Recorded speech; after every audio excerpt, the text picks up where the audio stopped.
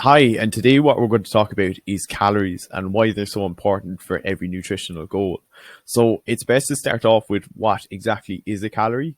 So a calorie is a unit of energy we use to measure food. And as you can see over here with the fruits and vegetables, all of those have a different calorie number. And it's the macronutrient composition that makes up this calorie number. And I've listed them here. The protein, carbs, and fats of a food make up that calorie number. I've added alcohol too because the alcohol also has calories. So with protein, you'd be looking at 4 calories per gram, carbs 4 calories per gram, fats 9 calories per gram, and then alcohol 7 calories per mil. So if you were to eat 10 grams of protein, that would equate to 40 calories. So on a diet, we'd be looking to increase the protein and slow releasing carbs, such as the high fiber carbs, and we'd be looking to lower the fats then, just because the fats are going to be higher in calories. So next, what we look at is the nutrition triangle, and I like to show people this just because it shows what's important when it comes to any nutritional goal. So like the behaviors and lifestyle are going to dictate the majority of things.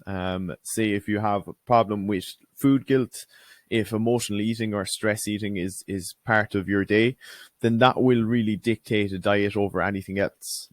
Lifestyle also, if you like going out at the weekends, if you're exercising a lot, that's going to differ in terms of your results at the end. So behavior and lifestyle are everything. Apart from that, energy balance is the next one, and that is the calories. So if we're looking to lose weight, we'll be going calorie deficit, which we'll be talking about just later on. If we're looking to maximize performance, we'll be looking at a maintenance, and building muscle maintenance to surplus then. So above that, then the macronutrients are going to be next in importance. Then the micronutrients, such as the vitamins and minerals. Nutrient timing would be next. So are you having regular meals throughout the day? And supplementation then only plays a small part in it. So it's important to note that too. Next, what we'll be looking at is if you're choosing to go on a diet, it's all about looking at what restriction method you're going to use. So if we're in a calorie deficit, we're going to be restricting calories some way. So these are generally the 4 most popular restriction methods. And number 1 is calorie tracking. So calorie tracking, again, is a tool that's only meant to be used for the short term. Long-term use of calorie tracking can affect your behaviors, so I don't really advise it. It's good for learning about what's in food and the different calories and macronutrients in food, but again, it's only a tool used for the short term. With intuitive eating, this is the place that we'd like to get to in the long term, and that is working on your nutrition behaviors. That is around listening to your hunger, working on portion sizing, and in the long term, just having a really good relationship with food. That often leads to the best results. The problem with working on behaviors is that it takes time, but it's so worth it in the end. The other restriction method is special diets, one that I'm not a fan of really. So that's going to be like mainly like the fad diets. They're going to give you really quick results, but they're not sustainable results, so I don't recommend them. Then there's fasting also. So intermittent fasting is a popular one at the moment. It works for some people and it doesn't for others. We'd always be looking to go more towards the behaviors and practicing good behaviors around food before any of the fasting or special diets. So next, what we'll look at, those restriction methods basically create a calorie deficit, and we'll talk through what they actually are. So I have here, just as an example, they're not your calories, what a calorie surplus, a calorie maintenance, and calorie deficit is. So in the first column, we have this person eating 2,500 calories, which is their calorie surplus. This is 300 to 500 calories above their maintenance, and this optimizes muscle building. So with a surplus, you'll always want to look at 300 to 500 range. If you're above that, then you could be at risk of gaining too much fat mass, because muscle does take time to grow, so you do have to give it that time to grow.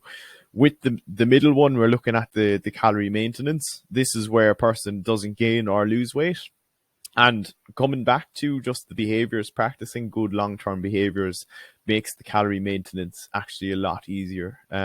So this optimizes performance. And if you're looking to optimize your performance, if you're into field sport and athlete, you'd be looking to try and hit a maintenance. For this person, it's 2000. And with the calorie deficit, then again, we'd be looking at 300 to 500 of a deficit. And as you can see here, if the maintenance is 2000, we drop that down to 1500, and that gives us a 500 calorie deficit. And that optimizes weight loss then.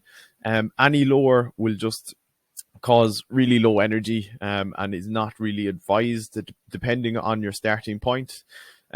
So yeah, what I'd say is check out the calorie calculator on the Apex Nutrition website, and that will actually give you what calories are too low for you. So it's a good indicator and good to check out yourself.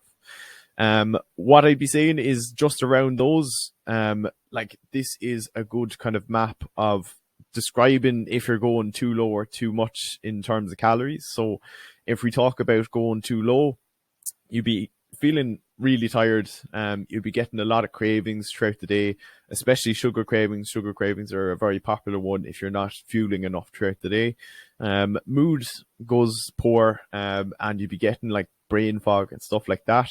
And you'd be witnessing poor performance in the gym. Then on the opposite end, if you're eating too much, the body's going to store the food, or unless you're doing exercise as well, you could be optimizing muscle building with that.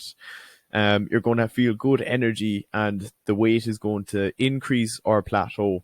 With the maintenance, then in the middle, that's always a good place to be for performance. You're going to feel good with energy, you're going to have little cravings, and you're going to optimize performance. So we'd want to feel this if you're aiming for a deficit, you'd want to feel that you have good energy. You might feel hungry because you are in a deficit, but if the energy ever takes a hit, that might be a sign that the calories are too low, and it might be about increasing them by 100 or 200 there, and experimenting.